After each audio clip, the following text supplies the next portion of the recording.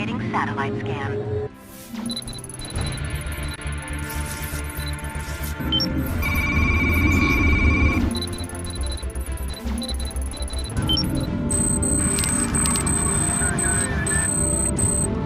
Satellite coming down in 3, 2, 1.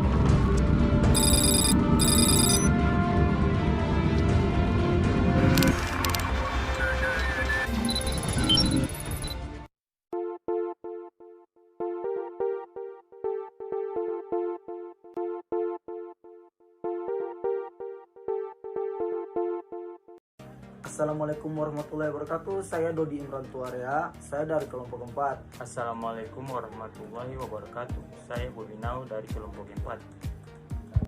Perkenalkan, nama saya Christopher Kevin Lai dari kelompok 4. Saya Diva Maharahmi Kapten itu dari kelompok 4. Assalamualaikum warahmatullahi wabarakatuh. Saya Dodi Imran Tuarea. Saya dari kelompok 4. Di sini kami akan mereview kembali tentang piranti masukan, pengeluaran, pemrosesan, penyimpanan, serta kami juga akan menjelaskan tentang sejarah komputer dan komponen-komponen motherboard.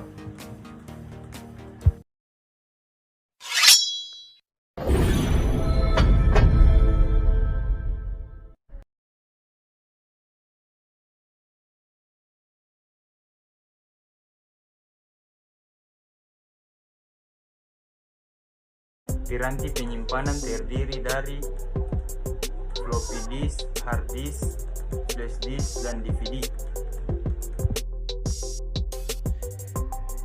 Piranti pemrosesan. Piranti pemrosesan merupakan otak dari komputer. Oleh karena itu sering diberi istilah sistem unit. Piranti ini mengendalikan seluruh aktivitas dari seluruh sistem komputer, fungsi aritmatika dan logika. Kontrol unit yang berfungsi untuk mengatur urutan aktivitas yang mesti antrian dari instruksi. CPU merupakan otak dari sistem komputer. Prosesor berfungsi untuk memproses semua perhitungan yang harus dilakukan oleh komputer. Memori dikenal juga dengan sebutan RAM, Random Access Memory.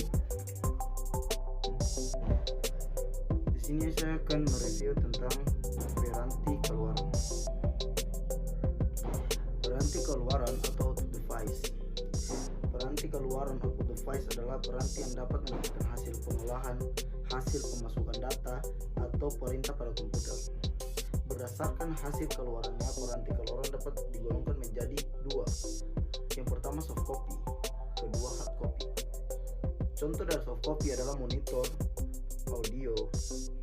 Contoh dari hard copy, printer impact, printer laser, printer thermal, plotter pemotong.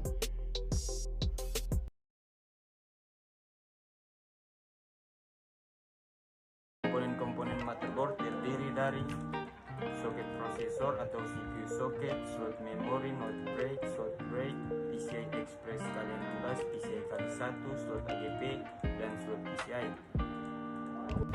9. BIOS. Memori permanen tempat tersimpannya data penanggalan serta pengaturan dari komponen komputer. 10. Baterai CMOS. Baterai CMOS atau Complementary Metal Oxide Semiconductor adalah baterai kecil pada komponen dalam motherboard. Komputer yang digunakan untuk memberi daya pada BIOS dan menyimpan semua pengaturan pada BIOS. 11 dan 12. Slot SATA dan slot ID.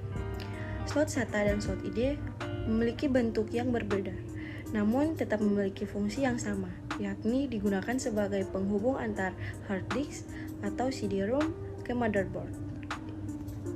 13. Port floppy disk. Untuk menghubungkan media ROM variable atau media penyimpanan yang bisa dicopot, yaitu disket atau floppy disk. 14. Port power atau ATX power. Untuk menghubungkan konektor power dari power supply dengan motherboard. 15. Back panel. Kumpulan port yang biasanya diletakkan di belakang casing atau wadah komputer PC. 16. Port PS2 mouse untuk menghubungkan mouse dengan komputer atau PC.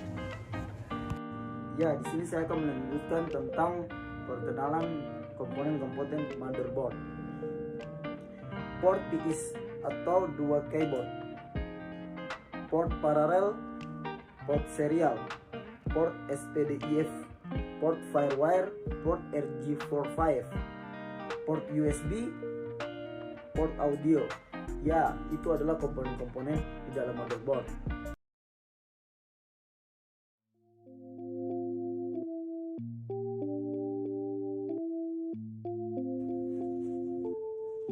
Ya, di sini saya akan mereview tentang generasi komputer. Perkembangan komputer itu sendiri terbagi dalam 5 generasi.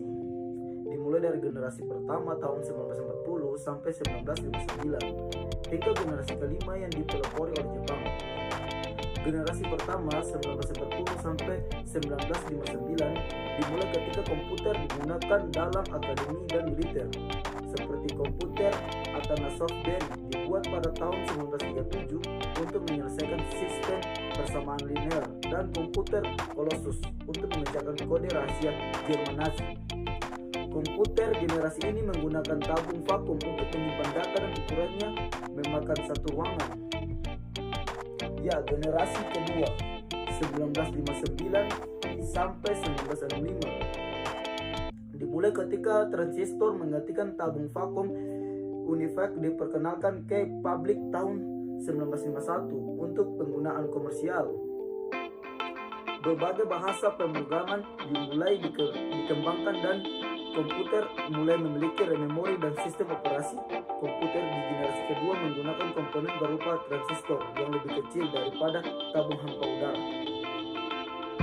Generasi ketiga 1965 sampai 1970 dimulai ketika teknologi transistor meningkat menjadi sirkuit terpadu. Komputer mini adalah inovasi yang signifikan dalam generasi ini dan mempengaruhi generasi komputer selanjutnya.